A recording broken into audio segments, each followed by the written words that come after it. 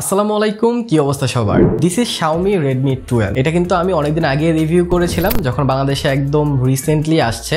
এখন তো অফিসিয়ালও লঞ্চ হয়েছে। এটার 8GB ভেরিয়েন্ট আমি ভেবেছিলাম 20-22 হাজার টাকায় লঞ্চ হবে, সেইটা তারা কিন্তু মাত্র 19 হাজার টাকায় লঞ্চ করে দিছে। ক্রেজি ডিল এখন আপনাদের জন্য। কিন্তু এতদিন পর প্রায় 40-50 দিন ধরে আমি এটা ইউজ করছি, আর এইটা কি ভালো? এটা কি আপনাদেরকে 19 হাজার টাকা দিয়ে নেওয়া উচিত নাকি এটাকে ইগনোর করা উচিত? ভালো খারাপ সব কিছু নিয়েই থাকছি আমি রবিন।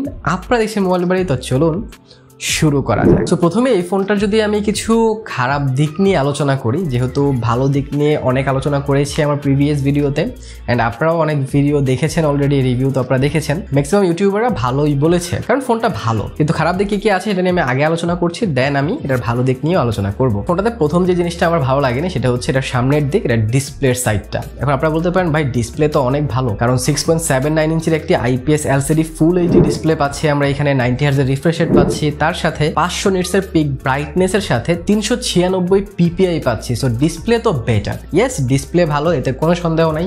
কিন্তু সমস্যা হচ্ছে ডিসপ্লের যেই ব্রড অ্যান্ড বোল্ড বর্ডারগুলো, সিরিয়াসলি এটা ডিসপ্লের যে 4 সাইডে বর্ডারটা আছে সেটা কিন্তু মোটামুটি অনেক বেশি বেজেল আমার কাছে মনে হয়েছে, যার কারণে ডিসপ্লেটার যেই একটা এক্সপিরিয়েন্স, একটা যে ফুল ভিউ এক্সপিরিয়েন্স সেটা কিন্তু আসে না। তার সাথে এটার যে ক্যামেরাটা আছে সামনের দিকের সেইটাও কিন্তু একটু বড়, আপনারা যদি দেখেন যে উপরে একদম জায়গা নাই বললেই চলে।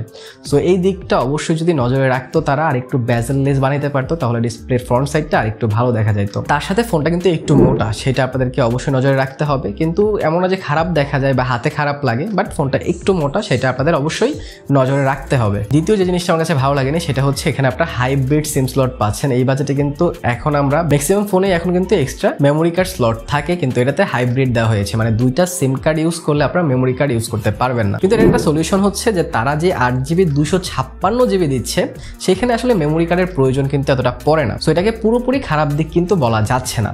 এছাড়া নেক্সট যে জিনিসটা আমার কাছে খারাপ লেগেছে সেটা হচ্ছে এখানে আপনারা আয়ার ব্লাস্টার পেয়ে যাচ্ছেন, কিন্তু এখানে ভাই সেকেন্ডারি নয়েজ ক্যান্সেলেশন মাইকই দেয় নাই। ভাই 18,000 টাকায় আয়ার ব্লাস্টার কয়জন ইউজ করে, কয় পার্সেন্ট লোক ইউজ করে, কয় পার্সেন্ট লোকের বাসায় স্মার্ট টিভি আছে আর তারা টিভি কন্ট্রোল করতে চায় ফোন দিয়ে? টিভি তো ভাই রিমোট দিয়েই কন্ট্রোল করা যায়। সো দরকার পড়ে না কিন্তু আয়ার ব্লাস্টারের। সো সেইখানে যদি একটা নয়েজ ক্যান্সেলেশন মাইক তারা দিত, সেইটা অবশ্যই ইউজারের আরও বেশি কাজে দিত। এই জিনিসটাও আমার কাছে খারাপ লেগেছে। আর চতুর্থ যে জিনিসটা আমার কাছে এতটা ভালো লাগেনি সেটা হচ্ছে এটার পেছনে যে গ্লাস ব্যাগটা দেওয়া হয়েছে সেটা কিন্তু একটু ওয়ার্ম হয়, একটু গরম হয়। আপনারা গেমিং সেশনও যদি আধা ঘন্টা 1 ঘন্টা গেমিং করেন, ফোনটা ভালোই মোটামুটি হিট হবে। এমন না যে হাতে নেওয়া যায় না, অনেক বেশি হিট না, এটা অনেক বড় প্রবলেম আমি বলছি না, বাট হিট কিন্তু হয়। যারা একদমই হিট পছন্দ করেন না তারা এটা ইগনোর করতে পারেন, কিন্তু মোটামুটি হিট কিন্তু হবে। ইভেন আপনারা চার্জ দিবেন তখন কিন্তু গরম হবে ফোনটাও, ইভেন চার্জারও কিন্তু গরম হবে। এই সমস্যাটাও কিন্তু আমি পেয়েছি এতদিন ইউজের মধ্যে। এছাড়া আরেকটা যেটা সমস্যা আমার কাছে মনে হয়েছে এটার ইউআইটা একটু বেশি ল্যাগই আমার কাছে মনে হয়েছে, মানে যেরকম হওয়া উচিত ছিল। এটার পারফরমেন্স সেকশনটা যতটা ভালো Helio G88 এখানে ইউজ করেছে, সেইটার কিন্তু প্রপার যে পাওয়ার ইউজ করতে পারে না এটার ইউআইটা, কারণ ইউআইটা কিন্তু অনেক বেশি ভারী তাদের। অবশ্যই অনেক কাস্টমাইজেশন আপনারা পাচ্ছেন এইখানে, কিন্তু আমার পার্সোনালি কাস্টমাইজেশনের চেয়ে মিনিমালিস্টিক বেশি পছন্দ। এখানে আপনারা ব্লটারও অনেক বেশি পেয়ে যাবেন, বেশ কিছু অ্যাপসও কিন্তু প্রি ইনস্টল রয়েছে, সেগুলো যদিও আপনারা আনইনস্টল করতে পারবেন, বাট এটা আমার কাছে পার্সোনালি ভালো লাগে না। এছাড়া ফোনটার ওভারঅল পারফরমেন্স সেকশন ভালো ছিল, গেমিং করেও আপনারা মজা পাবেন, সেই দিক থেকে কোনো প্রকার প্রবলেম হবে না। এছাড়া ক্যামেরা কোয়ালিটিটাও কিন্তু বেটার। যদি আমি ভালো জিনিস নিয়ে কথা বলি তাহলে প্রথমেই ক্যামেরা নিয়ে কথা বলবো। পিছনে আপনারা 3টা ক্যামেরা পাচ্ছেন, এন্ড 3টাই কিন্তু বেটার ক্যামেরা। এটাতে আপনারা আলট্রা ওয়াইড লেন্সও পাচ্ছেন, সেটা দিয়েও বেশ কিছু ছবি ক্যাপচার করা যায়।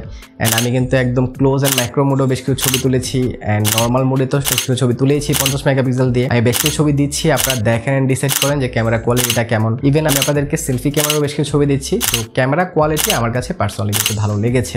নেক্সট যে ব্যাপারটা আমার কাছে ভালো লেগেছে সেটা হচ্ছে এর ডিজাইন। এটা কিন্তু অনেক সুন্দর অ্যান্ড মিনিমালিস্টিক একটা ডিজাইন। পিছনে যে ক্যামেরা মডিউলটা, এখানে কিন্তু ক্যামেরা কোনো মডিউল দেওয়া হয় নাই, যার 3টা ক্যামেরা দিয়ে দিছে তারা, এক্সট্রা কোনো বাম্প তারা দেয় নাই। সো এইটা আমার কাছে অনেক বেশি পছন্দ হয়েছে, আই হোপ আপনাদের কাছে পছন্দ হবে এটা। কিন্তু ক্যামেরাতে আবার আরেকটা যে জিনিসটা আমার ভালো লাগেনি সেটা হচ্ছে ভিডিও কোয়ালিটিতে। ক্যামেরাতে আপনারা 1080p 30 FPS পর্যন্ত ভিডিও করতে পারবেন। সো আরেকটু হাই রেজলিউশন অ্যান্ড স্টেবিলাইজেশন তো পাবেনই না এই বাজেটে, ঠিক আছে, বাট আরেকটু হাই রেজলিউশন বা 60 FPS পর্যন্ত দিলে বেটার হতো। এছাড়া সাইড মাউন্টেন ফিঙ্গারপ্রিন্টের স্পিডটা কিন্তু ভালো ছিল, আমি যতবার দিচ্ছিলাম আনলক করে দিচ্ছিল, অ্যাকুরেটও অনেক, সো আপনাদের খারাপ লাগবে না। এছাড়া ব্যাটারি ব্যাকআপটাও বেটার ছিল, 5000 mAh ব্যাটারি পাচ্ছেন, তার সাথে 18 ওয়াটের ফাস্ট চার্জিংও এটা সাপোর্ট করে। অ্যান্ড বক্সে তো প্রায় আপনার 22 ওয়াটের মেবি ফাস্ট চার্জার পেয়ে যাবেন, সো সেইটাও একটা ভালো ব্যাপার। আর এটাকে ফুল চার্জ করতে প্রায় 1.5 থেকে 2 ঘন্টার কাছাকাছি লেগে যাবে, কিন্তু ফোনটা যদি একবার ফুল চার্জ করেন 60 Hz ইউজ করলে 1.5 দিন প্লাস ব্যাকআপ পেয়ে যাবেন। বাট যদি আপনারা 90 Hz ইউজ করেন তাহলে একদিন মোটামুটি ব্যাকআপ কিন্তু পেয়ে যাবেন। তো শর্টকাটে আমি বেশ কিছু ভালো খারাপ দিক আপনাদের সাথে আলোচনা করলাম।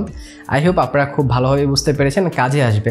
লং টাইম রিভিউগুলো আমি জানি আপনাদের অনেক কাজে আসে, আপনাদের বাইং ডিসিশনে এটা অনেক কাজে লাগবে। এছাড়াও এইটার বাজেটের আশেপাশে কিন্তু Realme C53ও রয়েছে, অ্যান্ড C53 কিন্তু আমি water test, dust test and drop test করেছি।